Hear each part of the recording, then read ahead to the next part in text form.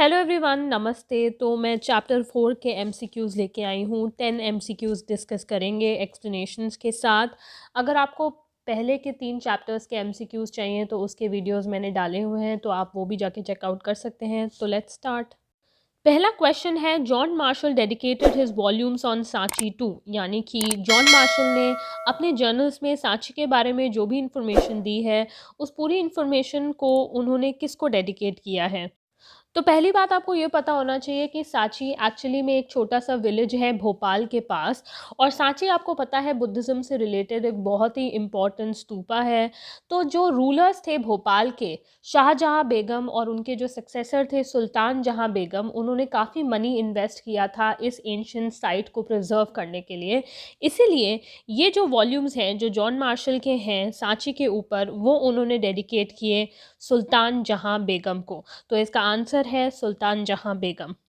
दूसरा क्वेश्चन है, which of the following is incorrectly matched. तो यहाँ 4 ऑप्शंस दिए हुए हैं और चारों ऑप्शंस में कुछ लोगों के नाम दिए हैं और उन लोगों से रिलेटेड कौन से प्लेसेस हैं वो दिए हुए हैं। तो पहला ऑप्शन है कॉन्गजी चाइना, जो कि बिल्कुल ठीक है। दूसरा है सोक्रेट्स ग्रीस, सोक्रेट्स एक बहुत ही बड़े फिलोसोफर थे, तो ये भी ठीक है। तीसरा है महावीर, ऑफ कोर्स ये जैनिज़्म को शुरू करने वाले तीर्थंकर माने जाते हैं, तो ये इंडिया है, तो ये भी ठीक है। चौथा जो है वो है ज़ाराथुस्त्रा। ज़ाराथुस्त्रा बेसिकली ये पर्शिया से बिलोंग करते थे, और पर्शिया यानी कि ईरान, तो ये गलत हो जाता है, यानी कि इसका आंसर हो जाएगा ज़ाराथुस्त्रा इराक, क्योंकि ज़ाराथुस्त्रा ईरान को बिलोंग करते थे। तीसरा क्वेश्चन है, ऋग्वेद वॉज कंपाइल्ड बिटवीन, यानी कि ऋग्वेद कौन से टाइम में लिखा गया था। तो आपको मालूम होना चाहिए कि ऋग्वेद सबसे पुराना वेद है। आपको पता होगा कि 4 वेद होते हैं, तो ऋग्वेद सबसे पुराना वेद है, और बल्कि इसे पूरी दुनिया का सबसे एंशंट ग्रंथ माना जाता है। तो इसका टाइम पीरियड आपको याद रहना चाहिए।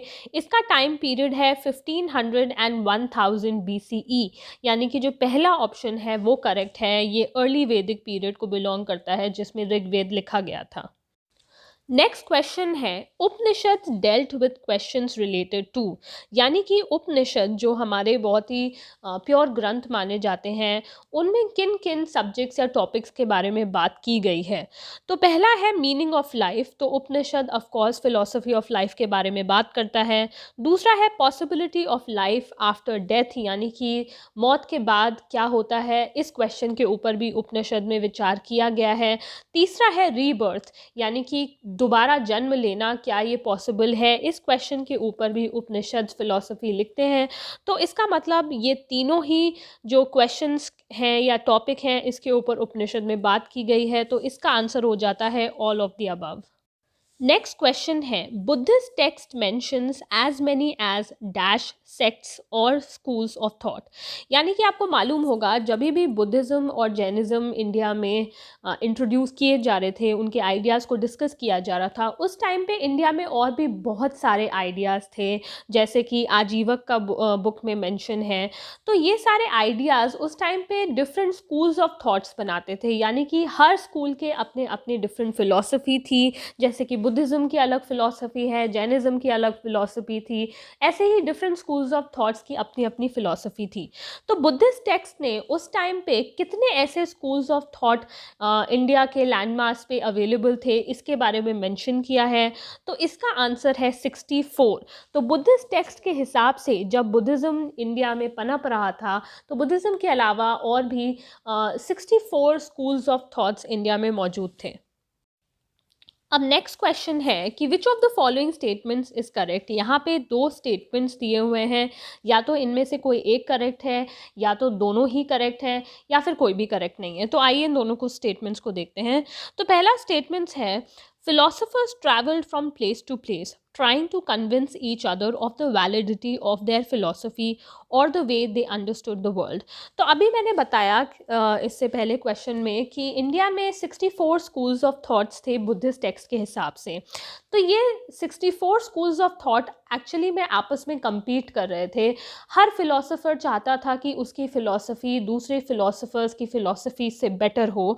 तो ऐसा कंपटीशन होने की वजह से लोग क्या करते थे कि वो फिलोसोफर्स इधर से उधर, एक जगह से दूसरी जगह ट्रैवल करते थे।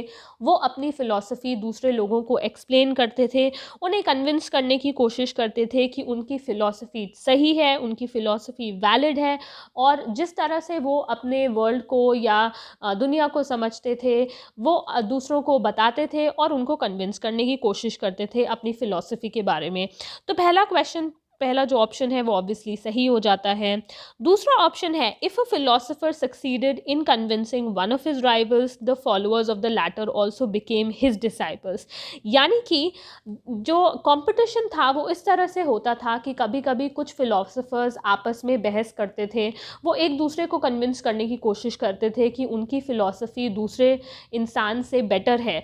तो अगर ऐसा कोई फ़िलोसोफर सक्सीड हो जाता था प्रूव करने में कि उसकी फ़िलॉसफ़ी बेटर है, तो जो हारने वाला फ़िलॉसोफर था, उस फ़िलॉसोफर के जितने भी फॉलोअर्स थे, जितने भी प्रशंसक थे, वो एक्चुअली में जीतने वाले फ़िलॉसोफर के हो जाते थे। तो इस प्रकार जो जीता हुआ जो फ़िलॉसोफर था उसके फॉलोअर्स बढ़ते जाते थे।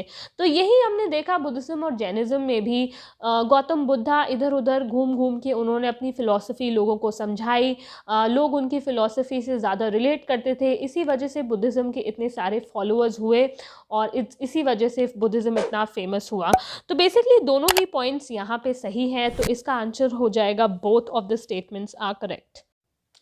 नेक्स्ट क्वेश्चन है, which of the following statements is incorrect. तो इसमें बताना है कि इन दोनों स्टेटमेंट्स में से कौन सा स्टेटमेंट इनकरेक्ट है, या तो दोनों इनकरेक्ट है या कोई भी इनकरेक्ट नहीं है, दोनों सही हैं।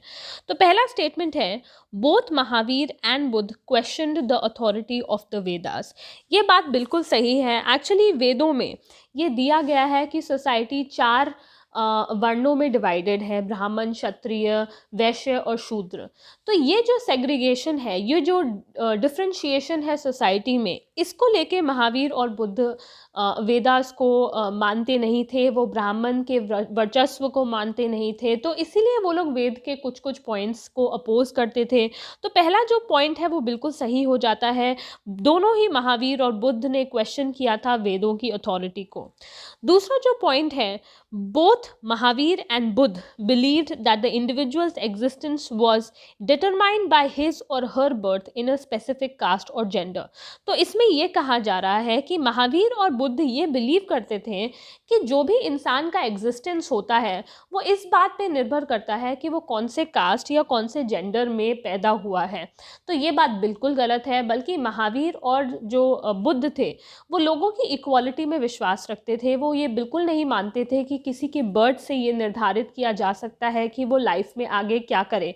इनफैक्ट वो लोग कर्मा पे बिलीव करते थे कि जैसा इंसान करेगा वैसा भरेगा।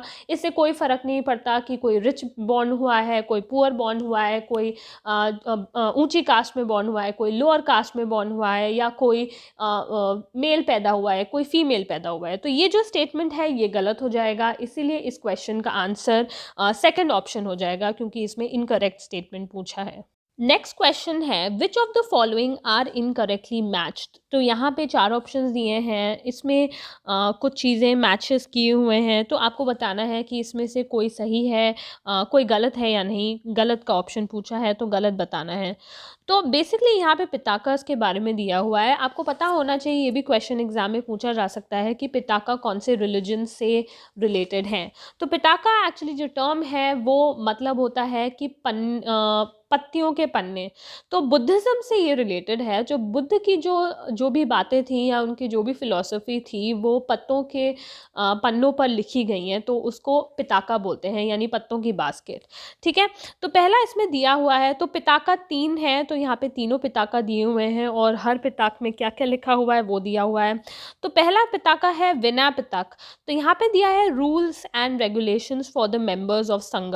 तो ये ऑप्शन बिल्कुल सही है, क्योंकि विनय पिटक में सारे रूल्स एंड रेगुलेशंस लिखे हैं। तो आपको मालूम होना चाहिए कि बुद्ध में जो बुद्ध के जो फॉलोअर्स होते हैं उनको संघ में ऑर्गेनाइज किया जाता है। तो संघ में जो भी भिक्षुज एंड भिक्षुनीज होते हैं उनको अपनी लाइफ कैसे लीड करनी है, उनको कैसे रहना रहना है, ये सारे rules and regulations Vinaya Pitaka में दिया हुआ है। दूसरा है सुत्त पिटक। तो सुत्त पिटक जो है इसमें बुद्ध ने क्या क्या कहा, बुद्ध ने क्या क्या टीचिंग्स दी हैं, वो सब दिया हुआ है, तो ये ऑप्शन भी बिल्कुल ठीक है। तीसरा ऑप्शन है अभिधाम पिटक। तो बुद्ध की जो क्या टीचिंग्स हैं उसके बारे में एक्सप्लेनेशन, उसके बारे में जो फिलोसफिकल पूरा डिटेल्ड एक्सप्लेनेशन होता है वो दिया हुआ है अभिधाम पिटक में। तो ये तीनों ही जो ऑप्शंस हैं ये करेक्टली मैच्ड हैं, इसलिए इसका आंसर हो जाएगा नन, इसमें से कोई भी गलत नहीं है। नेक्स्ट क्वेश्चन अगेन है which of the following statements is correct, यानी कि दो स्टेटमेंट दिए हुए हैं, आपको बताना है इसमें से सही कौन सा है, या दोनों ही सही हैं या कोई भी सही नहीं है। तो पहला स्टेटमेंट है none of the Buddha's teachings were written down during his life time. तो जब तक बुद्ध जिंदा थे उनकी कोई भी टीचिंग पूरे पेन और पेपर में या पत्तियों के पेपर में कुछ भी वहाँ पे नहीं लिखा गया था। जो भी बुद्ध की टीचिंग्स के बारे में लिखा गया वो उनकी मृत्यु के बाद लिखा गया, तो ये पॉइंट बिल्कुल सही है। दूसरा स्टेटमेंट है most of the compilations are in Prakrit. तो आपको ये बात याद रखनी है कि प्राकृत लैंग्वेज जुड़ी होती है जैनिज्म से, और बुद्ध के साथ जो जुड़ा है वो है पाली लैंग्वेज। तो बुद्ध ने जब लोकल लोगों के सामने अपने प्रिंसिपल्स या अपनी फ़िलॉसफी रखी, उन्होंने पाली लैंग्वेज में रखी, क्योंकि पाली लैंग्वेज उस टाइम पे कॉमन मासेस की लैंग्वेज थी। तो इसीलिए बुद्ध से जो लैंग्वेज जुड़ी है वो है पाली लैंग्वेज। तो इसका आंसर हो जाएगा जो फर्स्ट स्टेटमेंट है वो, क्योंकि वही सही है। अब जो लास्ट क्वेश्चन है वो आपको आंसर करना है, ये मैं आपके ऊपर छोड़ देती हूँ। क्वेश्चन है which of the following statements is incorrect. पहला स्टेटमेंट है king Ajatashatru was a contemporary of Buddha. दूसरा है Makkhali Gosala belong to the tradition of Ajivika. तो आपको बताना है इनमें से कौन सा गलत है, दोनों गलत हैं या कोई भी गलत नहीं है। तो इसका आंसर आप लोग कॉमेंट सेक्शन में दे सकते हैं और मैं बताऊँगी कि आपने सही आंसर दिया है या नहीं। तो आई होप आप लोग अच्छे से पढ़ रहे होंगे। अगर आपको कोई भी और हेल्प चाहिए तो आप मुझे कांटेक्ट कर सकते हैं कमेंट बॉक्स में लिख के। Until next time, take care, bye bye.